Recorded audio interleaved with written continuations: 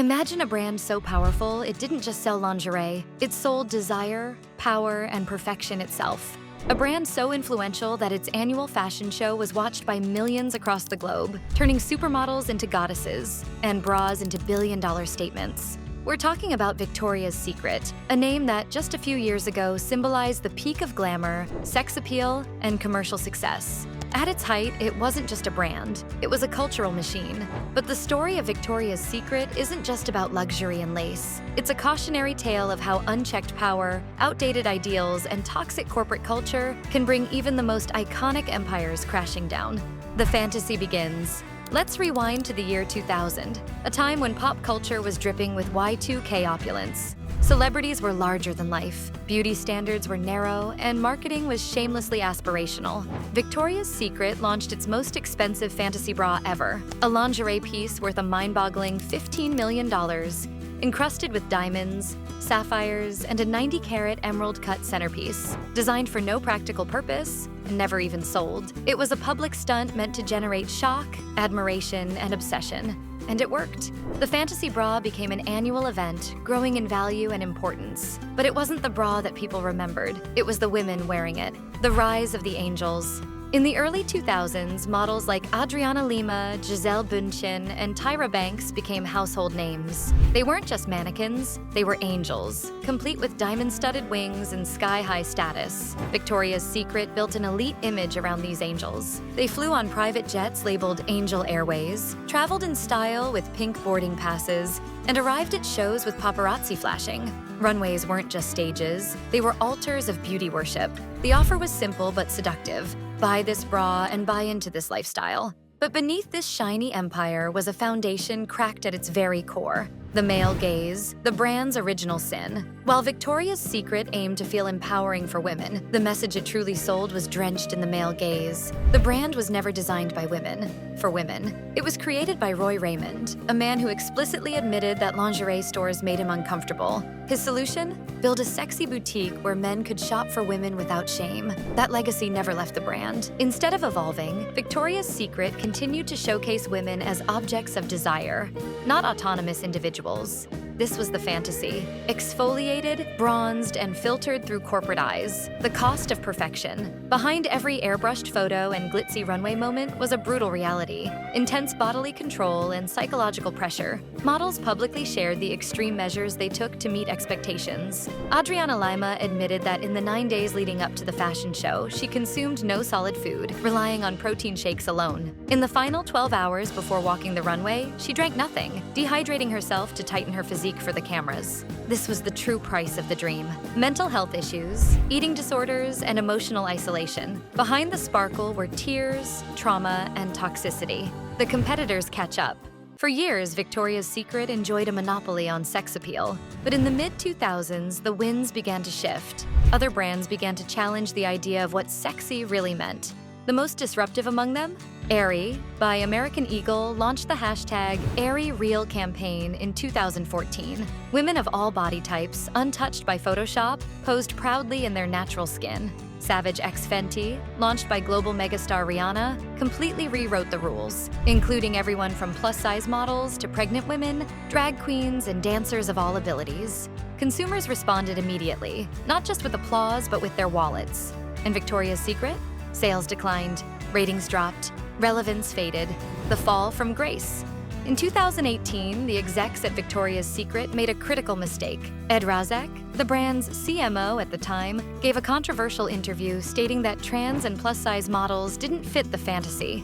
This statement sparked outrage, particularly among younger, progressive consumers. And then, the scandal hit. Jeffrey Epstein, the disgraced billionaire and sex offender, was revealed to be closely tied to Les Wexner, the longtime CEO of L Brands, Victoria's Secret's parent company. Epstein posed as a modeling scout and used the Victoria's Secret name to exploit women. Allegations that had surfaced internally for years, but were largely ignored. Suddenly, the brand didn't just look shallow, it looked morally bankrupt. The collapse begins. By 2020, Victoria's Secret's influence had fallen off a cliff. It was the definition of outdated, clutching a fantasy no one wanted anymore. To salvage its corporate empire, L Brands separated Victoria's Secret from its growing and more progressive sister company, Bath & Body Works. VS was spun off as a standalone public company, but not without cost. It had to shell out nearly $1 billion to complete the process, a bill paid in retreat. When the fantasy collapses, can reality ever take its place? That's the question Victoria's Secret faces every day in 2025, as it walks a tightrope between its scandal-filled past and a hope-fueled, purpose-driven future. After years of controversy, declining sales, and a complete public image meltdown, the brand is undergoing a shift, not just in visuals, but in identity. But is the world buying it? Let's dive inside the brand's resurrection efforts and ask, is Victoria's Secret truly changing, or just cleaning up the mirror it once cracked? The angels are out. The collective moves in. By 2020, the angel symbol had become more of a burden than a badge. While once seen as the epitome of desirable beauty, the wings and wands now felt like relics from a more exclusionary past, representing rigid beauty norms, whitewashed femininity, and a lifestyle achievable only through sacrifice, starvation, or surgery. In an effort to course correct, Victoria's Secret dismantled its core identity and launched a radical pivot, the VS Collective. No longer were the faces of Victoria's Secret supermodels with impossible figures walking down glowing runways. Now, the brand was tapping accomplished women from diverse fields. This collective includes Megan Rapinoe, an out-and-proud LGBTQ+ activist and champion soccer player, Paloma Elsesser, a plus-size model advocating for body neutrality and realism, Priyanka Chopra Jonas, global actress, entrepreneur, and women's health advocate Valentina Sampaio, the brand's first openly trans model, Adut Akech, refugee-turned-supermodel who lived through war, now shining globally. This wasn't just a new campaign, it was a branding exorcism. Gone were the glossy narratives of perfection. In came storytelling about identity, empowerment, motherhood, immigration, self-worth, and pressure. Their motto quietly changed too. Instead of "the sexiest women alive," they began saying, "We are reframing what sexy means." But can meaning be reframed after decades of damage? A different kind of fashion show. In 2023, Victoria's Secret revived its most iconic asset, the fashion show, but not as fans remembered it. Once a glossy, over-the-top spectacle with Taylor Swift on stage and Swarovski-covered torsos on parade, the rebooted version was toned down, artistic, and more focused on cultural commentary than cleavage. The show, now called The Tour 2023, felt like a blend of documentary, fashion film, and global art show. Filmed across cities like Lagos, Tokyo, Bogota, and London, it showcased local creators, independent designers, and the VS Collective ambassadors themselves, each highlighting an interpretation of femininity and spice through their cultural lens. The vibe? Less glitz, more grit. Critical reception was polarizing. Some praised the brand's attempt to uplift community over catwalk. Others said it lacked the dazzling magic that once made the brand a household name. But for Victoria's Secret, the show wasn't just a product. It was an apology letter, wrapped in velvet and stitched in sincerity. Financial recovery equals slower than expected. Despite effort and rebranding, Victoria's Secret isn't climbing back to glory overnight. In 2025, same-store sales still see an annual decline of about 4 to 6% domestically. International markets in Latin America and Asia show better growth. Proof that the brand's fantasy still sells somewhere, even if it's a slightly updated fantasy. The company's stock is moderately stable at $24.90 per share, but growth is stagnant. Online traffic has increased, thanks to streaming content and influencer collaborations. But conversion rates don't match the clicks. Analysts label the brand, reviving ethically, but not yet economically. The old audience is gone. The new one is cautious. Healing versus hype.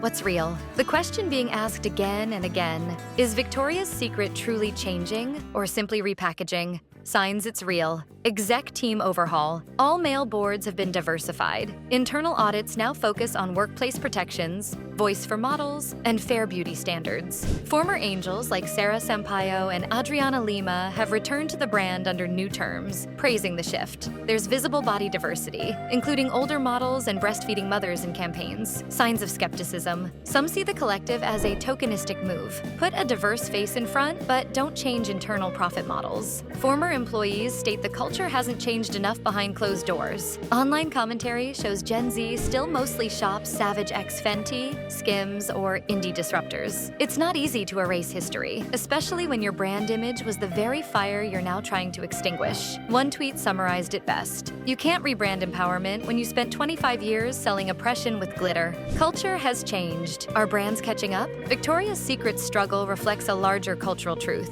Sexy used to be a look. Now, sexy is a feeling. In the 2000s, being sexy meant aspirational beauty, thin, white, conventionally pretty. By the mid-2000s, it meant confidence, individuality, and authenticity. Inclusive sizing, real talk about menstruation, mental health, breast cancer, mastectomy. These are women's realities. Brands can no longer edit them out. Victoria's Secret tried to redefine sexy, but now they're learning they never owned the word in the first place. What's next for the brand? Vision, 2026 and beyond. Victoria's Secret has launched a multi-pronged 5-year vision under the leadership of CEO Martin Waters, aiming to reach zero Photoshop policies across the board, set gender-inclusive product lines, co-develop designs with diverse creators and activists, grow sustainability by using 90% recycled lace and fabrics, launch their own podcast featuring VS Collective members. They've also invested in social impact campaigns, notably postnatal recovery kits, domestic violence awareness, and period equity. It's a far stretch from where they started,